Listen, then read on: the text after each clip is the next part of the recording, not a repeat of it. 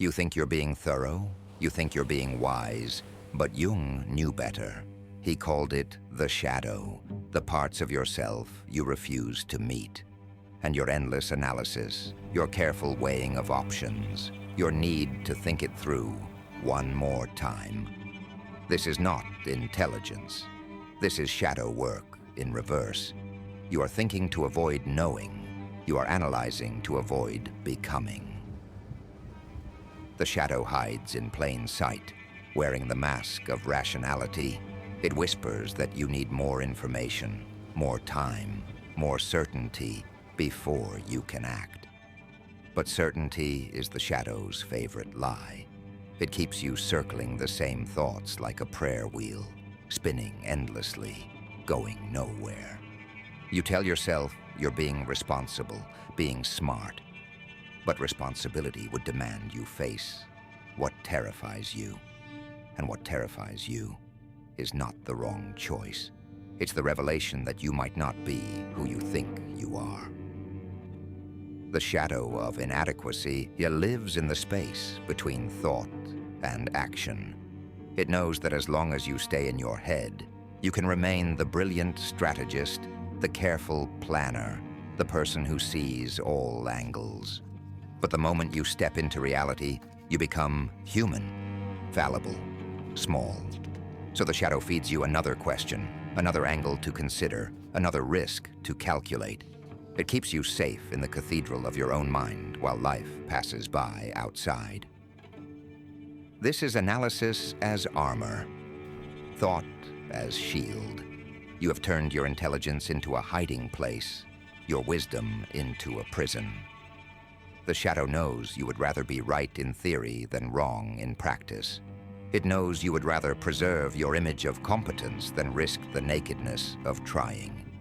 So it gives you the perfect excuse. More thinking, always more thinking. But Jung understood that the shadow grows stronger in darkness. What you refuse to face in yourself becomes the tyrant of your choices. The fear of being ordinary, the terror of being seen as a fraud, the ache of not being enough. These live beneath your careful analysis, feeding on your delays, growing fat on your postponements. They are the real authors of your paralysis. The shadow whispers that you're different, special, that normal rules don't apply to you, that others can act on instinct, but you must think it through.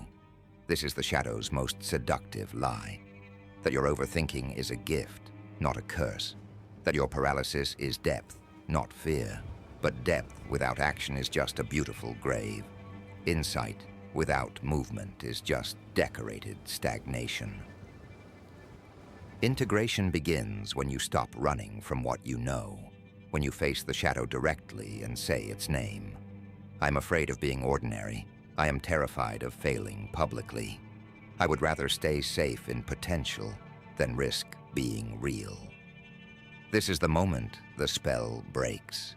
When you stop analyzing the fear and start acknowledging it. When you stop thinking about courage and start practicing it. The shadow does not disappear. It integrates. The fear of inadequacy becomes the fuel for authentic effort. The terror of failure becomes the compass pointing toward what matters. The need for certainty transforms into the willingness to begin uncertain. This is how paralysis breaks, not through more thinking, but through shadow work, through meeting what you've been running from. Stop circling the question like a hawk afraid to dive. The shadow has kept you suspended long enough. What you seek to understand, you must first dare to live. What you seek to master, you must first risk failing at. Begin afraid, begin imperfect.